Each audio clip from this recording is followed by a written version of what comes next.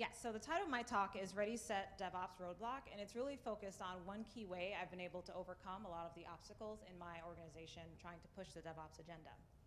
And so, again, my name is Karen Odegaard. I work for Accenture. We are a technology consulting firm. We are global in nature. We definitely have a footprint here in Chicago. So in my day job, I manage a couple of development teams for some of our internal applications. And so I spent most of my career in the software development world. I started out as a developer, and 10 years ago, I was responsible for the full stack. Obviously, in today's world, it's a number of teams that are responsible for each of those individual roles. If you're talking about the application logic, the infrastructure, the database, et cetera, completely separate roles. And so my company has 435,000 people, and obviously you're talking about a large number of teams that you have to work with and coordinate any kind of change or release within your organization. And so through that experience, the number of teams has multiplied. So it's, instead of working with 2 or 3 teams, you're now working with like 300 people and can't even count the number of teams there. And as a result, I've come across a number of obstacles tied to trying to push releases through a lot faster. And trying to figure out how to work across all of those obstacles within the enterprise has been a challenge of mine, with the priority being how do we push innovation and releases a lot faster through our organization. And so working with app teams, I've come across a number of reasons why we can't go faster. The most popular is the SAP change freeze, which takes up a majority of our calendar year, even though a number of our applications have nothing to do with SAP. There's concerns about data not being able to take an outage because data is going to get corrupt, so we're not able to do no outage deployments. We have groups of people that need months and months of regression testing. There's always some sort of freeze, a hard freeze, a soft freeze, or we just went live and are in a stabilization period, so we're essentially in a freeze and can't do anything. Concerns about getting things through the change management process pretty quickly. Somebody critical is always on vacation. And the change freeze, I've tried to get rid of it, but it just keeps coming back.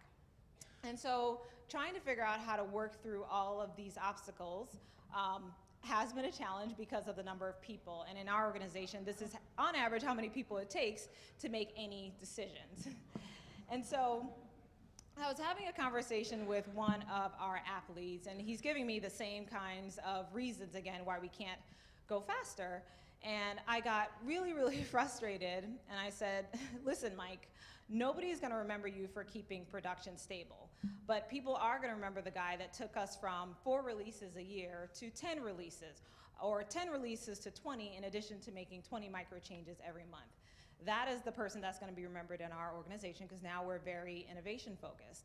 And let me tell you, that has really changed how we operate, just starting with this one person, because he helped influence other people. He helped introduce new tools into our environment to help automate the process so that we can go a lot faster.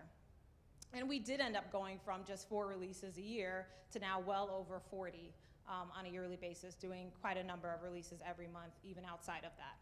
And so it's interesting because it has nothing to do with technology. It's really focusing on what's in it for that individual, the individuals on your team, in order to help drive that change forward.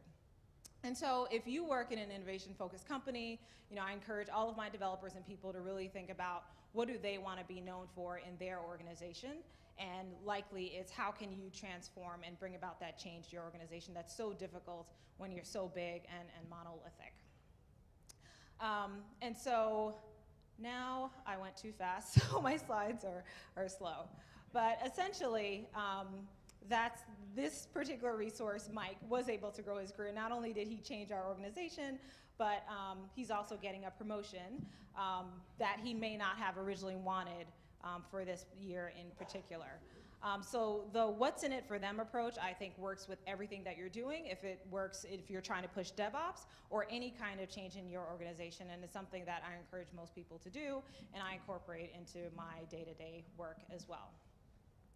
And lastly, I will leave you with a meme that was created by one of the original founders of DevOps, Andrew Clay Schaefer. He's been out to my home city where I'm from, Minneapolis, and presented at our conference a couple of times, and he talked about his "No CEO Ever" meme, if you're familiar with it. And so I will leave you with, as soon as the slide comes up, because it's taking too long, great job making very few changes in production, said no CIO ever. Thank you.